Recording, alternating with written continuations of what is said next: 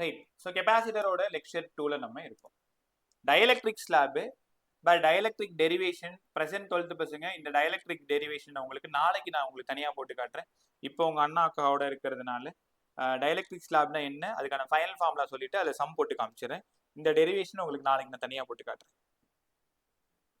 முதல்ல டயலெக்ட்ரிக்னா என்ன?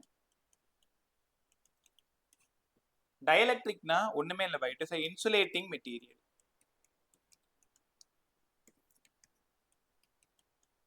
Dielectric is an insulating material in which all the electrons are tightly bounded to the nucleus.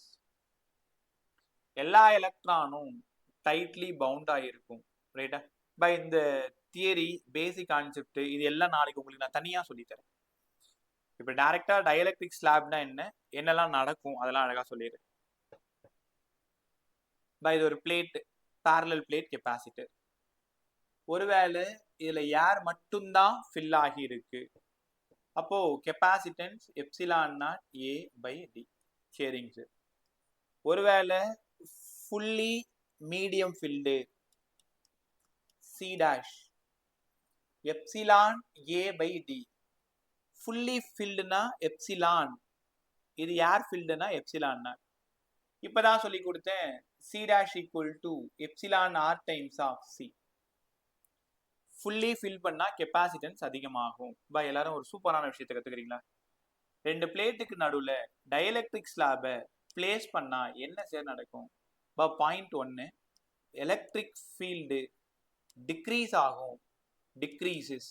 இதுக்கான proof derivation உங்களுக்கு நாளைக்கா நான் உங்களுக்கு கத்துறேன். ப்ரெசன்ட் நீட்டு இந்த dielectric slab is placed between the plate, electric field is decreases. dV equal to minus of E dot dx. So electric field decrease ஆனா மைனஸ்ல இருக்கிறதுனால potential increase ஆகும். potential increase ஆகும். மூணாவது C dash equal to epsilon r times of C. dielectric slab fill பண்றதுனால capacitance increase ஆகும். முதல்ல எல்லாரும் இந்த 3 லைன் படி. ராத்திரி 12 மணிக்கு தூங்கினே இருப்பேன், திடீர்னு என் ஃபோன் வரும், டே ரெண்டு பிளேட்டுக்கு நடுவில் டயலெக்ட்ரிக் ஸ்லாபை பிளேஸ் பண்ணா என்னப்பா நடக்கும்னா, ஸோ கண்ணு முழிக்காமல உளறிக்கிட்டே என்ன சொல்லணும், சார் எலக்ட்ரிக் ஃபீல்டு குறையும் சார், பொட்டன்ஷியல் அதிகமாகும் சார், கெப்பாசிட்டன்ஸ் அதிகமாகும் சார். எஸ் சார், டார்ச்சர் பண்ணி கிளம்புங்க sir. So electric field decreases, potential increases, capacitance increases. இதுக்கான ப்ரூஃப் டெரிவேஷன் உங்களுக்கு நாளைக்கு. இப்போதைக்கு அந்த ஐடியா மட்டும் தெரிஞ்சுக்கோ. எலக்ட்ரிக் ஃபீல்டு குறையும், பொட்டன்ஷியல் அதிகமாகும், கெப்பாசிட்டன்ஸ் அதிகமாகும். கத்துக்கிட்டீங்களா? இது அப்படியே இருக்கட்டும். சரி, ஃபுல்லி ஏர் ஃபீல்டு படிச்சிட்டோம், ஏர் ஃபீல்டு ஃபுல்லி ஃபீல்டு ரெண்டும் படிச்சிட்டோம். ஒருவேளை பார்ஷியலி ஃபில் ஆயிருந்தா, பார்ஷியலி ஃபில்டு. இப்போ இந்த கொஷின்னா உங்க போர்டோட 5 மார்க் கொஷின், நான் டெரிவேஷன் இப்போ போடல, சம்மு தான் போட்டு காட்ட போறேன். கவனிச்சேவா? ரெண்டு பிளேட்டுக்கு நடுவில் பார்ஷியலா டயலெக்ட்ரிக் ஸ்லாபை பிளேஸ் பண்ணியிருக்கேன், T திக்னஸ்ல பிளேஸ் பண்ணியிருக்கேன். Dielectric slab is placed between the plates. அது ஃபுல்லா இல்ல, T thickness. Total distance D. Air gap D minus T. D minus T. Air gap D minus T. இதான் மேலே ஒரு பிளேட் இருக்கா பாருங்க, இப்படிதான் அந்த பிளேட் இருக்கும். கீழே ஒரு பிளேட் இருக்கா, இப்படிதான் அந்த பிளேட் இருக்கும். ரெண்டு பிளேட்டுக்கு நடுவில் நான் டயலெக்ட்ரிக் ஸ்லாபை பார்ஷியலா ஃபில் பண்ணியிருக்கேன். இதோட கெப்பாசிட்டன்ஸ் என்ன ஆகும்? பை இந்த டெரிவேஷன் தான் உங்களுக்கு நாளைக்கு தனியாக சொல்லி தரேன்னு சொல்லி கொடுத்தேன். இப்போ இந்த பசங்க ப்ரெசன்ட் நீட் பசங்க, இதுக்கு ஏதாவது ஃபார்முலா தெரியுமா உங்களுக்கு? C equal to ஞாபகம் இல்லையா? யோகிதா ஞாபகம் இருக்காமா? Kanishka, Erin, AE naught A epsilon naught by D minus T plus T by K. K இல்லைனா எப்சிலான் ஆர். ரைட், கவனிங்க, குழப்பிக்காதீங்க. ப்ரெசன்ட் 12th இந்த ஃபார்முலா எப்படி வந்ததுன்ட்டு அந்த டெரிவேஷன் நீங்க நாளைக்கா கத்துக்கலாம். இப்போதைக்கு என்ன கத்துக்கிறீங்கன்னா, ரெண்டு பிளேட்டுக்கு நடுவுல டயலெக்ட்ரிக் ஸ்லாபை பிளேஸ் பண்ணா அதோட கெப்பாசிட்டன்ஸ் ஃபார்முலா. திருப்பி சொல்லவா? C equal to epsilon naught A by D minus T plus T by உங்க விருப்பம் தான், கே போட்டாலும் சரிதான், எப்சிலான் ஆர் போட்டாலும் சரிதான். ஒருவேளை யோசிச்சு பாரு, டீக்கு 0 கொடுத்துரு. டீக்கு 0ன்னு என்ன சார் அர்த்தம்? அங்க ஸ்லாபே இல்லைன்னு அர்த்தம். அப்ப கேவும் 0 தான். அப்ப மீதி யார் ஃபீல்டு வந்துச்சுன்னு பாருங்க, epsilon naught A by D வந்துச்சு பாருங்க.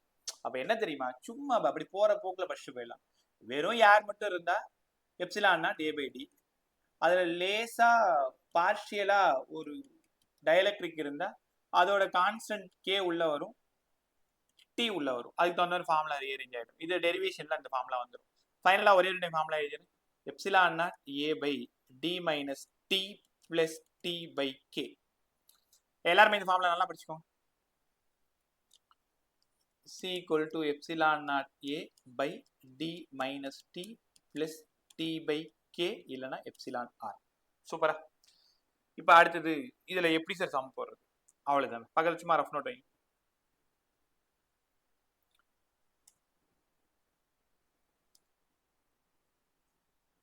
ஒருவேளை ஸ்லாப் ரெண்டு ஸ்லாப் இந்த மாதிரி இருக்கு, மேல ஒரு ஸ்லாப் இருக்கு, கீழே ஒரு ஸ்லாப், இந்த மாதிரி ஸ்லாப்ஸ் இருக்கு.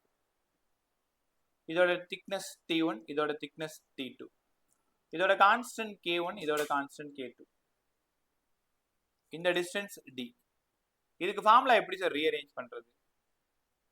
C equal to epsilon naught A by D minus ஆக்சுவலா T. இங்க எத்தனை T இருக்கு? T1 plus T2 plus T by K, T1 by K1 plus thickness by K2. தெரியுதா உங்களுக்கு? ஒரு ஸ்லாப் இருந்தா epsilon naught A by D minus T plus T by K. ஒரு slab இருந்தா, நிறைய ஸ்லாப் இருந்தா எத்தனை திக்னஸ் இருக்கோ அத்தனை ஆட் பண்ணிக்கணும். இல்லனா T1 by K1 plus T2 by K2. இது அப்படியே கேட்டிருக்காங்க, நம்பர் கொடுத்து சம்மாவும் கேட்பாங்க. ரைட்டா? கத்துக்கிட்டீங்களா? இப்ப இதுல இருந்து இப்போ ஒரு 4-5 சம் சூப்பரா கத்துக்க போறோம். கவனி. இதுல சீரிஸ் அண்ட் பேரலல் கத்துக்க போறோம். நான் 2 சம் போறேன், நீங்க 2 சம் போடுங்க. அவ்வளவுதான். ஆல்மோஸ்ட் கெப்பாசிட்டர் நெருக்கிட்டு இருக்கும். நாளைக்கு ஒரு கிளாஸ்ல முடிச்சிடலாம். இங்க பாருங்களேன், இந்த மாதிரி பேரலல் பிளேட் இருக்கு. இதோட டிஸ்டன்ஸ் வந்து டி. நான் என்ன பண்றேன்னா, இந்த டிஸ்டன்ஸை கரெக்டா பாதியா பிரிச்சுட்டேன். ஒன்னு டி பை 2, இன்னொன்னு டி பை 2.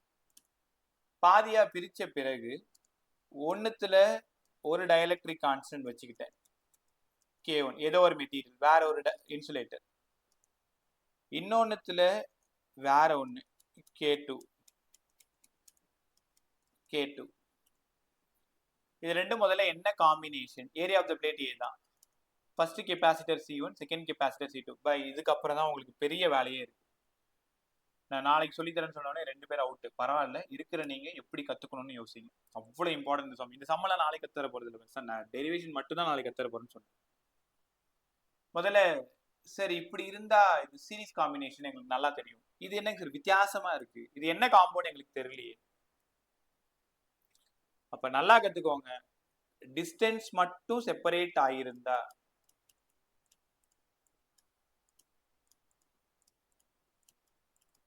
டிஸ்டன்ஸ் செப்பரேஷன் இருந்தா சீரிஸ் காம்பினேஷன் அர்த்தம். எல்லாரும் படிங்க. டிஸ்டன்ஸ் செப்பரேஷன் இருந்தா சீரிஸ் காம்பினேஷன். அப்ப C1 C2 சீரிஸ் காம்பினேஷன். அப்ப C1 கண்டுபிடிங்க. பாருங்க எல்லாருமே, C1 மட்டும் பாருங்க. C1 fully ஃபில்டா? C1 மட்டும் மேல மட்டும் பாரு, ஃபுல்லி ஃபில்டு. அப்ப ஃபார்முலா என்ன பாரு, ஜெனரலா ஃபுல்லி ஃபில்டுனா என்ன சொல்லி கொடுத்துருக்கேன்? Epsilon naught epsilon R A by D. இல்ல இப்பதான் சொல்லி கொடுத்தேன், எப்சிலான் ஏ பை டி. எப்சிலானுக்கு பதிலா epsilon naught epsilon R A by D. Okay, இப்ப C1 நாங்க எப்படி சார் எழுதுறது? என்ன பாரு எல்லாரும், C1க்கு எப்படி தெரியுமா எழுதணும்? எப்சிலான் நாட்டுக்கு எப்சிலான் நாட் அப்படியே எழுது. ஒரே நிமிஷம். எப்சிலான் நாட்டுக்கு எப்சிலான் நாட் எப்படி எழுது? எப்சிலான் ஆருக்கு பதிலா இங்க என்ன கான்ஸ்டன்ட் இருக்குன்னு பாருங்க, K1. ஏரியாவுக்கு பதிலா ஏரியா ஆஃப் த பிளேட் என்னவா இருக்கு? ஏ தான் சார் இருக்கு. டிஸ்டன்ஸுக்கு பதிலா d by 2. அப்ப 2 epsilon not K1 A by D. 2 epsilon not K1 A by D. கத்துக்கிட்டீங்களா? ஒரே நிமிஷம். சரி C1 எழுதிட்டீங்க. சிமிலர்லி இதே மாதிரி C2 எழுதுங்க. எப்சிலான் நாட் அங்க இருக்கிற கான்ஸ்டன்ட் K2, அங்க இருக்கிற A, அங்க இருக்கிற டிஸ்டன்ஸ் D/2. அப்ப 2 எப்சிலான் நாட் K2 A/D அப்படிங்களா? ஆமா. C1 C2 சரி டிஸ்டன்ஸ் தான் இங்க செப்பரேஷன் நடந்திருக்கு. அப்ப அதனால இது சீரிஸ் காம்பினேஷனா? ஆமா. அப்ப சீரிஸ் காம்பினேஷன் என்ன சார் ஃபார்முலா போடுறது? 1/CS equals to 1/C1 plus 1/C2. பா புரியுதா? எல்லாமே அதே தான். 1/CS equal to 1/C1 plus 1/C2. 1/CS equal to 1/C1 plus 1/C2. ஆமா சார். அப்ப 1/CS equal to 1/C1க்கு பதிலா 2 epsilon not K1A by D மேல போயிடுச்சு. C2க்கு பதிலா 2 epsilon not K2A by D மேல போயிடுச்சு. காமன் டேர்ம் எல்லாத்தையும் வெளில எடுத்துருங்க. 1/CS equal to D by 2 epsilon not A 1/K1 plus 1/K2. நுணுக்கமா கவனிச்சு 1/CS D by 2 epsilon not A K1 plus K2 by K1 into K2. ஆமா sir. யாரை தேடி போயிட்டு இருக்கீங்க? CS தேடி போயிட்டு இருக்கேன். திருப்பி போட்டுக்கோங்க. CS வேணும்னா 2 epsilon not A by D K1 K2 by K1 plus K2 by இது சம் டெரிவேஷன் கிடையாது. போர்டுக்கு இந்த டெரிவேஷன் டைரக்டா சம்மா தான் சால்வ் பண்ணணும். CS equal to 2 epsilon not A by D K1 K2 K1 plus. உங்க ஆப்ஷன்ல எப்படி இருந்தது? CS மட்டும் வேணுமா? Epsilon not A by D மட்டும் தனியா எடுத்துக்கோ. ஏன்னா இது சீன் எழுதிக்கலாம். ஏர் ஃபீல்டு 2 உள்ள கொண்டு போயிடு. 2 K1 K2 by K1 plus K2. இப்போ ப்ரெசன்ட் நீட்டு உங்களுக்கு K1 ஓட வேல்யூ 4ன்னு கொடுப்பாங்க, K2 ஓட வேல்யூ 6ன்னு கொடுப்பாங்க, C கேட்பாங்க.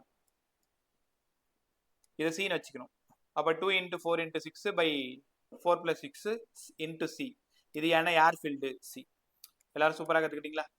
மறுபடியும் நல்லா கவனிங்க. ஒரே நிமிஷம் கவனிங்க. இந்த மாதிரி இருந்துட்டாலே C1 C2 தனியாக எழுத கற்றுக்கணும். முதல்ல அவங்க சீரீஸா பேரலலான்னு முடிவு பண்ணணும். டிஸ்டன்ஸ் செப்பரேஷன் இருந்தா சீரிஸ் காம்பினேஷன்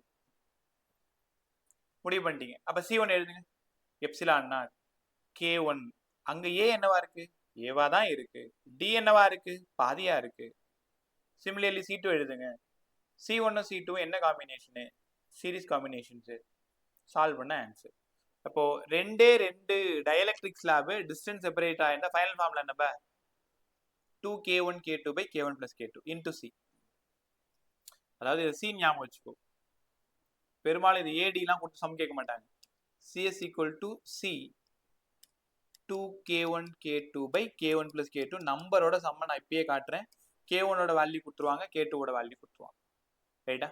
ரைட். இந்த சம் புரிஞ்சிருக்கும் நம்பர். இப்போ ஒரு சம் காட்டுறேன். அதுல யாரும் நீங்க சம் சால்வ் பண்ண தேவையில்ல. C1 C2 C3 மட்டும் எடுத்து எழுதி கொடுங்க, எனக்கு போதும். இது ஒரு parallel plate capacitor with distance D. கரெக்டா D/3 டிஸ்டன்ஸ்ல ஒரு கெப்பாசிட்டர் இருக்கு. அதோட கான்ஸ்டன்ட் டயலெக்ட்ரிக் K1.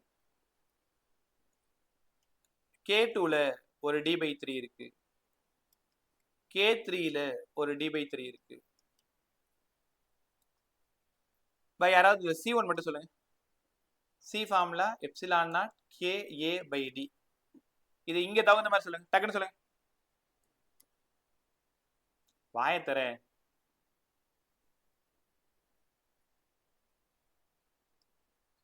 C1 சொல்லுங்க பை. எப்படி எழுதணும் பாத்து சொல்லு. 3 times of epsilon naught KA by D. K1A by D கரெக்டா? Yes sir. அவங்க என்ன சொல்லிருக்காங்க தெரியுதா? Epsilon not sir K sir A by D by 3. அதனால மேல போச்சு. Similarly C2 3 epsilon naught K2 A by D C3 3 epsilon naught K3 A by D. பா இது மூணு என்னப்பா காம்பினேஷன்? C1 C2 C3 என்ன காம்பினேஷன்? சீரிஸ். ஏன் சீரிஸ்? டிஸ்டன்ஸ் மட்டும் தான் செப்பரேட் ஆயிருக்கு. அவ்வளவுதான். டிஸ்டன்ஸ் செப்பரேஷன் நடந்ததனால இது சீரிஸ் காம்பினேஷன். அப்ப final equation 1/CS 1/C1 1/C2 1/C3 இப்படிதான் சால்வ் பண்ணணும். K1 ஒரு நம்பர் கொடுத்துருப்பாங்க 4. ரைட்டா? D ஒரு வேளை நம்பர் கொடுத்துருக்கலாம், A ஒரு வேளை நம்பர் கொடுத்துருக்கலாம். சால்வ் பண்ண கத்துக்கணும். உனக்கு என்ன பிரச்சனைனா சீரிஸா பேரலல் கண்டுபிடிக்கிறது உன் திறமை, C1 C2 C3 எழுதுறது உன் திறமை. அது எழுதிட்டீங்கன்னா சால்வ் பண்ணிடுவீங்க ஈஸியா. அடுத்து போலாமா? சார் சீரிஸ் சொல்லி கொடுத்துட்டீங்க. டயலெக்ட்ரிக்ல பேரலல் எப்படி நாங்க சால்வ் பண்றது? டயலெக்ட்ரிக்ல பேரலல் எப்படி சால்வ் பண்றது? கேப்டா கவனி. டிஸ்டன்ஸ் செப்பரேஷன் இருந்தா சீரிஸ்னு நீங்க தான் சொன்னீங்க. அப்படின்னா ஏரியா செப்பரேஷன் இருந்தா பேரலலா?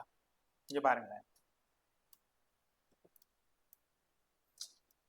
அடிக்கடி இந்த பானா டிஸ்டர்ப். ஏரியாவை பாதியா பிரிச்சுட்டேன், டிஸ்டன்ஸ் என்னவோ மாறல. இங்க ஒரு டயலெக்ட்ரிக் கான்ஸ்டன்ட் வச்சிடுறேன், கெபாசிட்டர் C1 கான்ஸ்டன்ட் K1. இங்க வேற ஒரு டயலெக்ட்ரிக்க வச்சிடுறேன், அதோட கான்ஸ்டன்ட் K2 கெபாசிட்டன்ஸ் C2. சரி, இதுக்கு C1 நான் C1 சொல்றேன், நீங்க C2 சொல்லுங்க. வழக்கம் போல epsilon not K A by D இதான் காலங்காலமா நம்ம படிக்கிற ஃபார்முலா. Kக்கு பதிலா K1, D அப்படியே தான் சார் இருக்கு, பிரியவே இல்லை. ஆனா A மட்டும் பாதியாகி இருக்கு, by 2, A by 2. அப்ப epsilon not K1A by 2D இது C1. அப்ப C2 இதே மாதிரி தான் சார் எழுதணும், epsilon not K2A by 2D. கத்துக்கிட்டீங்களா? அடுத்தது C1 C2 parallel காம்பினேஷன். ஏன் parallel?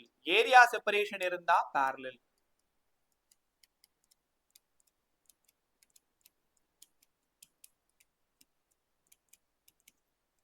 ஏரியா செப்பரேஷன் இருந்தா parallel காம்பினேஷன்.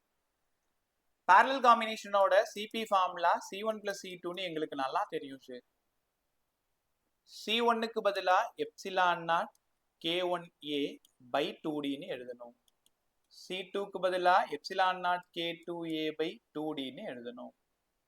காமனா இருக்கிற ஆட்களை தூக்கி வெளில போடுங்க, epsilon not A by D வெளில எடுத்துட்டு, இல்ல 2 கூட எடுத்துலாம், அப்புறம் உள்ள கொண்டு வைக்கலாம். அப்ப இங்க K1 plus K2 ஆகுமா? ஆமா. 2 எக்ஸ்ட்ரா இருக்கு நமக்கு, உள்ள தூக்கி போட்டா இது C ஆ மாறிடும். நீ அதை யோசிச்சிருப்ப நேரம் நான் சொல்றதுக்கு முன்னாடி. CP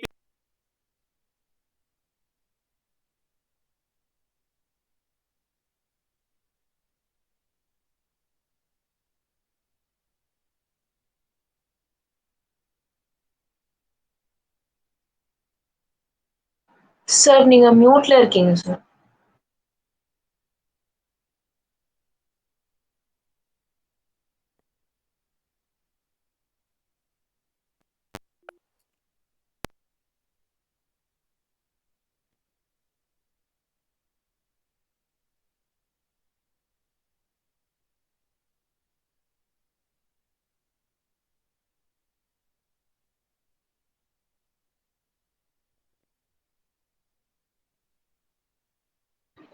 சாரி கேக்குதா?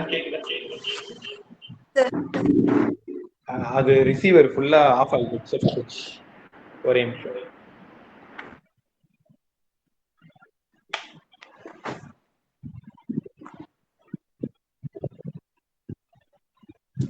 சவுண்ட் செக் பண்ணிக்கோ. கேக்குது சார்.